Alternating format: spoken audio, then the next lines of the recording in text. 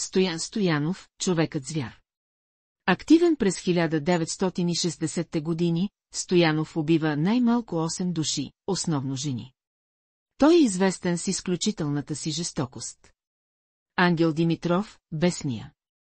Считан за един от най-опасните престъпници в България през 1990-те, Димитров е свързан с множество жестоки убийства и кражби. Никола Колев, Черния вълк. Убива 5 души през 1970-те години. Води живот на отшелник в гората и атакува случайни минувачи. Светослав Костов. През 1980-те убива 4 души, включително членове на собственото си семейство. Иван Георгиев, касапинът от София. Убива жертвите си с изключителна жестокост и се опитва да прикрива следите си. Росен Йорданов, ловецът на самотни жени. В края на 1990-те убива няколко жени, които среща чрез обяви за запознанства. Милчо Калайджиев, убиецът от Троян.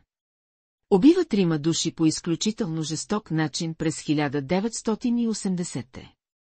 Петър Василев, вълчия човек.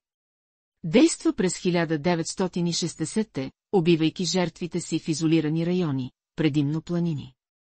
Георги Ганев, удавникът. Убива жертвите си, като ги дави. Неговият случай шокира обществото през 1970-те години. Чудовището от Белослав, Иван Петков. Убива няколко души през 1990-те години и е известен с опита си да манипулира разследването.